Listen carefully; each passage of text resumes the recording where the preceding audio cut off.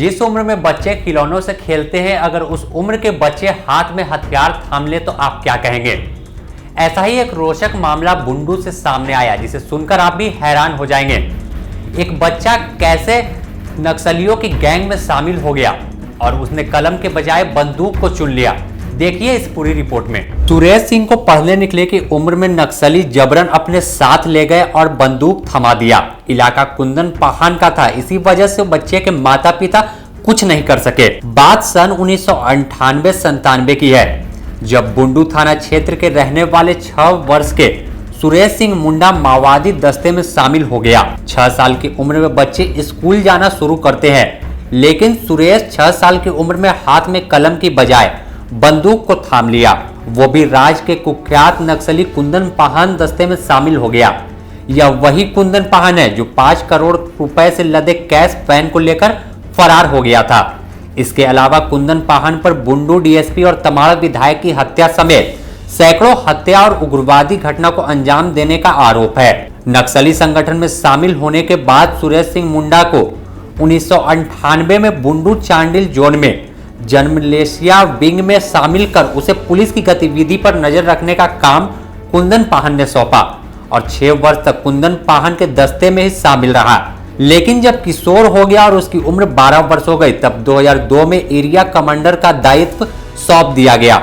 Area commander बनने के बाद सुरेश सिंह मुंडा ने कई उग्रवादी घटना को अंजाम दिया, लेकिन वर्ष 2004 में पुलिस ने उसे दबोच लिया और होटवार जेल भेज दिया।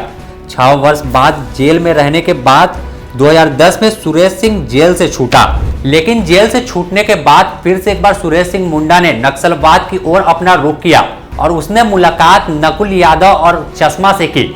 उससे मुलाकात करने के बाद फिर से वह एक नक्सली दस्ते में शामिल हुआ, जिसके बाद उसे बड़ी जिम्मेवारी सौंपी गई। सुरेश सिंह या मुंडा को पश्चिमी सिंहभूम, सिमडेगा, मनोहरपुर सहित कई इलाकों की जिम्मेवारी सौंपी गई।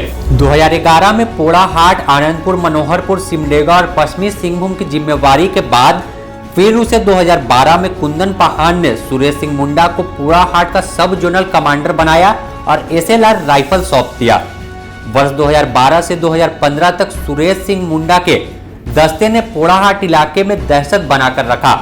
इसके दस्ते के द्वारा दर्जनों घटना को अंजाम दिया। सुरेश सिंह मुंडा के दस्ते के नाम से लोग खौफ खाने लगे थे। सुरेश सिंह मुंडा के आतंक को देखकर कुंदन पहान ने उसे सब जोनल कमांडर से जोनल कमांडर बना दिया और आनंदपुर एरिया का कमान भी इसे ही सौंप दिया। आनंदपुर के बाद सुरेश को बूढ़ा पहाड़ की भी जिम्मेवारी मिली।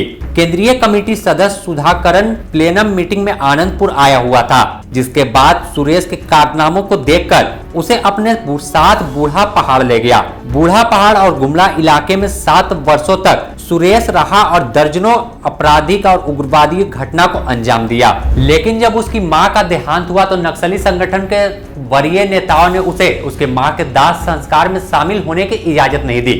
कारण यह था कि 27 वर्ष में सुरेश सिंह मुंडा एक कुख्यात माओवादी बन गया था और उसके ऊपर 67 से भी ज्यादा आपराधिक और उग्रवादी घटना को अंजाम देने का मामला थाने में दर्ज था। वहीं सरकार ने उसके ऊपर 10 लाख रुपए का इनाम की भी घोषणा कर दिया था। इन्हीं सब कारणों से माओवादियों ने उसे अपने मां के दाह संस्कार में शामिल होने की इजाजत नहीं दी। मां की ममता और सम्मान अंतिम समय में नहीं जाना सुरेश को बेहद बुरा लगा और उसे लगा कि जिसके लिए घर परिवार को छोड़ा, उसके अंतिम मुलाकात भी नहीं हो पाई। इसी कारणों से उसने दुखी होकर नक्सली संगठन छोड़ने का मन बना लिया। मां के दाह संस्कार में शामिल नहीं होने से दुखी और नाराज सुरेश सिंह मुंडा आतंक के जंगलों को छोड़ मुख्य धारा से 1 मार्च 2022 को जुड़ गया और पुलिस के समक्ष अपने हथियार को डाल दिया।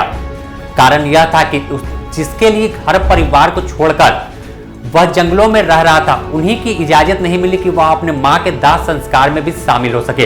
इससे वह काफी नाराज था और उसने पुलिस के समक्ष आत्मसमर्पण कर दिया और पुलिस ने उसे आत्मसमर्पण, जो झारखंड सरकार की नीति है, उसके तहत उसे मुआवजा भी दिया गया। आप इसी तरह की क्राइम खबरों के लिए बने रहे द न्यूज पोस्ट के साथ। मैं हूं समीर हुसैन, आप तक हर वो क्राइम से जुड़ी खबर पहुंचाते रहेंगे।